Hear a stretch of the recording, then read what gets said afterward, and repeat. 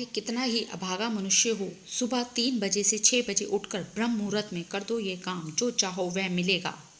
Video को last तक जरूर देखें और कमेंट में ओम नमः शिवाय लिखें। एक समय की बात है, माता पार्वती ने भगवान शिव से पूछा, स्वामी मैंने देखा है कि चाहे कितना ही अभागा मनुष्य हो, अगर वह सुबह के समय ब्रह्म मुहूर्त में उठता है तो वह बहुत सुखी रहता है। ऐसा क्यों है? मुझे ब्रह्म मुहूर्त का रहस्य बताइए। तब भगवान शिव ने कहा, हे देवी, मैं आपको इस प्रश्न का उत्तर एक कथा के माध्यम से बताऊंगा। कृपया आप इस कथा को ध्यानपूर्वक सुनना, और जो भी मनुष्य इस कथा को पूरा सुनेगा वह कभी भी इस अवसर को अपने हाथ से जाने नहीं देगा। ब्रह्म मुहूर्त का रहस्य जानकर पूरा जीवन बदल जाएगा। भगवान शिव कथा को सुनाना प्रारंभ करते हैं और माता पार्वती से कहते हैं, बहुत समय पहले की बात है, काशी में दीनू नाम का एक लड़का रहता था। वह लड़का बहुत ही अच्छा था, लेकिन एक गलत आदत थी। वह देर रात तक सोता रहता था। सुबह उसे जगाने के लिए घर वाले कई प्रयास करते थे, परंतु वह रोजाना सुबह देर तक उठता था। वह लड़का कभी भी 9 से पहले नहीं उठता था। जब वह बालक था तब परिवार वालों ने सोचा कि जब यह बड़ा हो जाएगा तो इसकी आदत में सुधार हो जाएगी, परंतु वह लड़का जैसे जैसे बड़ा होता गया उसकी यह आदत और भी ज़्यादा गहरी होती चली गई। दुनिया इधर से उधर हो सकती थी, लेकिन वह लड़का कभी भी जल्दी नहीं उठ पाता था। उसके पिता उसकी इस आदत से बहुत ज़्यादा परेशान रहने लगे थे। उस लड़के को ढेरों नकारात्मक शक्तियों ने घेर लिया था। वह सभी को पलट कर जवाब देता था और दिन भर उदास रहता था। इसका असर उसके स्वास्थ्य पर भी पड़ रहा था। जब उस लड़के को यह पता चला कि उसके सारे मित्र सफलता को प्राप्त कर चुके हैं, तब वह और भी ज़्यादा चिंतित हो गया और ईश्वर को कोसने लगा। वह बार बार यही कहता था कि मेरी किस्मत ही खराब है, परंतु उसके पिता अच्छी तरह से जानते थे कि उस लड़के के असफल होने के पीछे क्या कारण है। भगवान शिव ने कहा, हे देवी, फिर एक दिन की बात है, उसके पिता को किसी सन्यासी के बारे में पता चला। उसने तुरंत अपने बेटे की समस्या को लेकर उस सन्यासी के पास जाने का निर्णय लिया। सन्यासी को बेटे की आदतों के बारे में बताया और सन्यासी ने कहा कि कल आप अपने बेटे को इस आश्रम में आने को कहिए। फिर उस लड़के का पिता अपने घर की ओर चला गया। उसे पता था कि अगर वह सीधे तरीके से अपने बेटे को सन्यासी से मिलने के लिए कहेगा तो वह कभी तैयार नहीं होगा। उसने अपने बेटे को अपने पास बुलाया और कहा, तुम्हारे सारे मित्र जीवन में सफलता प्राप्त कर चुके हैं, क्या तुम सफल नहीं होना चाहते हो? लड़के ने उत्तर दिया कि जरूर पिताजी, परंतु जब भी मैं अपने मित्रों से उनकी सफलता का रहस्य पूछता हूँ तो वह मुझे कुछ नहीं बताते हैं। भगवान शिव ने कहा, हे देवी, फिर उसके पिता ने कहा कि मुझे यह रहस्य पता चल गया है कि वह सभी क्यों सफल होते जा रहे हैं। तब उसके लड़के ने बड़ी उत्सुकता से पूछा, क्या पता चल गया है पिताजी? कृपया करके आप मुझे बताइए। उसके पिता ने कहा कि कल सुबह तुम्हें एक सन्यासी के आश्रम में जाकर उनसे मिलना है।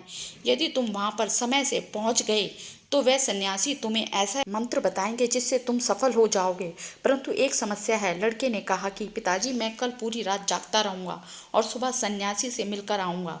उसके पिता ने कहा कि ठीक है, तुम वहाँ जाकर उस सन्यासी की आज्ञा को मानना। पिता की बात सुनकर वह लड़का बहुत अधिक खुश हुआ। जीवन में पहली बार रात्रि में वह जगता रहा, परंतु थोड़े ही समय में उसे नींद आ गई और वह सो गया। फिर अगली सुबह जब वह उठा तो उसे पता चला कि सन्यासी से मिलने का समय समाप्त हो चुका था। उसके पिता ने लड़के की तरफ देखा और कहा कि तुम जीवन में कभी भी सफल नहीं हो पाओगे, जाओ और जाकर सो जाओ। पिता की यह बात सुनकर उस लड़के को बहुत दुख हुआ। उसने मन ही मन स्वयं को चुनौती दी कि कल सुबह वह सन्यासी से मिलने अवश्य जाएगा। उसने अपने पैरों में एक छोटा सा घाव बना लिया, जिससे दर्द के कारण उसे रात भर नींद नहीं आई।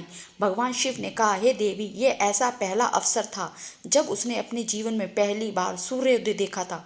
वह तुरंत ही तैयार होकर सन्यासी से मिलने के लिए चला गया। आज उसका अनुभव कुछ अलग ही था। वह बेहद शांत महसूस कर रहा था। चलते चलते वह लड़का जैसे ही सन्यासी के आश्रम में पहुंचा तो वहां पर उसने देखा कि सन्यासी और उसके सभी शिष्य ध्यान लगाकर बैठे हुए थे। भगवान शिव ने कहा, हे देवी, फिर जब ध्यान का समय समाप्त हुआ तब लड़का उस सन्यासी के पास पहुंचा। उन्हें प्रणाम करते हुए बोला कि आपके पास कोई ऐसा मंत्र है जिससे मैं सफल हो सकता हूँ? कृपया करके आप मुझे बताइए। मैं भी अपने मित्रों की तरह सफल होना चाहता हूँ और अच्छा जीवन जीना चाहता हूँ। भगवान शिव ने कहा, हे देवी। फिर सन्यासी मुस्कुराए और बोले, अच्छा, तो तुम वही बालक हो। तुम्हारे पिताजी मुझसे मिलने आए थे और उन्होंने तुम्हारे विषय में मुझे सब कुछ बता दिया था। मैं तुम्हें वह मंत्र अवश्य देता, परंतु अब लड़के ने जैसे ही परंतु शब्द सुना तो लड़का घबरा गया। उसने पूछा, परंतु क्या गुरुदेव? तब सन्यासी बोला, मैं तुम्हें वह मंत्र बताऊंगा, परंतु अगले 21 दिनों तक तुम्हें मेरी आज्ञा माननी होगी। मैं तुम्हें वह मंत्र 21 दिनों के बाद बताऊंगा। तब तक मैं तुमसे जो भी कार्य कहूंगा तुम्हें वह करना होगा। यदि तुम असफल हुए या कार्य के बीच में तुम्हारा संकल्प टूट गया तो उस मंत्र का असर नहीं होगा। दृढ़ निश्चय के साथ उस लड़के ने कहा कि मुझे आपकी सारी आज्ञा स्वीकार है। मैं अगले 21 दिनों के लिए आपका दास हूँ। आप जो भी कहेंगे मैं वही कार्य करूँगा। मुझे केवल और केवल उस मंत्र के बारे में जानना है। भगवान शिव ने कहा, हे देवी। फिर सन्यासी ने उस लड़के से कहा कि ठीक है, कल से तुम्हारा कार्य शुरू होगा। तुम इसी आश्रम में निवास करोगे। वह लड़का आश्रम में निवास करने के लिए तैयार हो गया। सन्यासी ने कहा कि यहाँ रहते हुए तुम्हें ब्रह्म मुहूर्त में उठना होगा और दूसरे शिष्यों की तरह ध्यान और तप करना होगा। साथ ही आश्रम के कार्यों में भी सहायता करनी होगी। ध्यान रहे, यह संकल्प टूटना नहीं चाहिए। भगवान शिव ने कहा, हे देवी। अब लड़का सन्यासी की बात से सहमत हो गया और अगले दिन से उसके कार्य की दिन की शुरुआत थी।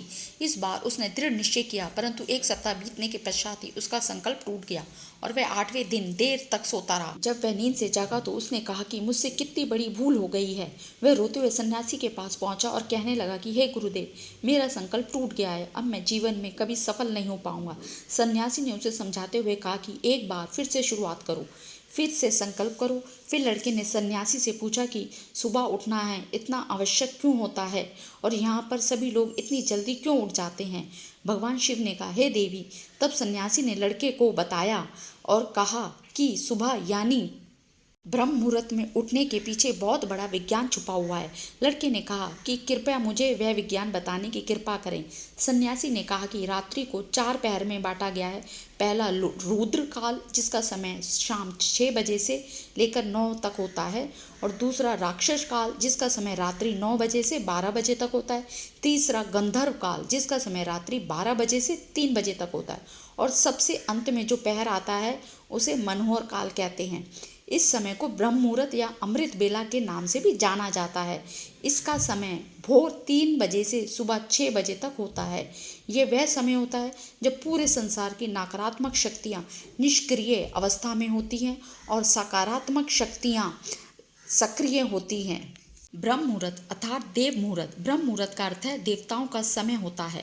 भगवान शिव ने कहा, हे देवी। वह सन्यासी आगे कहता है, इस समय देवता धरती पर विचरण कर रहे होते हैं और जागृत मनुष्य पर उनका बड़ा ही सकारात्मक प्रभाव पड़ता है।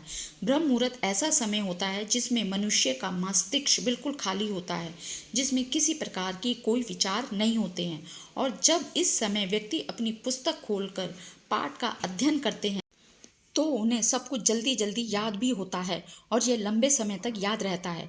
ये ऐसा समय है जिसमें हम ज्ञान को समझने का प्रयास करते हैं। इस कारण आश्रम के सभी शिष्य और संसार में बहुत से ज्ञानी लोग ब्रह्म मुहूर्त में ही उठ जाते हैं। प्राचीन काल में रोशनी का कोई स्रोत न होने के कारण लोग अपने दिन का समापन सूर्य अस्त के साथ और आरंभ सूर्य उदय के साथ करते थे। यह एक तरीका है जिससे मानव जीवन प्रकृति के साथ तालमेल बनाकर चलता है। भगवान शिव ने कहा, हे देवी। फिर उस लड़के ने कहा कि ठीक है, मैं कल से अपना संकल्प फिर से शुरू करता हूँ, परंतु ब्रह्म मुहूर्त में उठकर मुझे क्या क्या करना चाहिए? तब सन्यासी ने कहा कि ठीक है, मैं तुम्हें बताता हूँ कि ब्रह्म मुहूर्त में क्या करना चाहिए और कैसे करना चाहिए। सबसे पहले उठकर धरती माता पर पांव रखने से पहले धरती माता को प्रणाम करना चाहिए और अपनी दोनों हथेलियों को देखना चाहिए और ईश्वर को धन्यवाद देना चाहिए कि उन्होंने तुम्हें आज का सूर्योदय देखने का अवसर दिया है। इसके बाद नित्य कर्म और स्नान करने से शरीर की ही नहीं बल्कि मन की शुद्धता भी बढ़ती है। स्नान करने के पश्चात ध्यान की प्रक्रिया होती है। ब्रह्म मुहूर्त में ध्यान की अवधि 21 दिन तक होती है। इस अवधि का उपयोग तब किया जाता है जब आप अपनी कोई मनोकामना की पूर्ति चाहते हैं। यह ऐसा समय होता है जब व्यक्ति अपने आज्ञा चक्र को सक्रिय करने पर काम करते हैं। भगवान शिव ने कहा, हे देवी। आगे वह सन्यासी कहता है, आज्ञा चक्र दोनों भुवों के बीच होता है। यह संकल्प का स्थान भी कहा जाता है। अगर इस चक्र पर ध्यान केंद्रित किया जाए और अपनी मनोकामना को बार बार दोहराया जाए तो मात्र 21 दिनों के भीतर वह मनोकामना पूरी हो जाती है।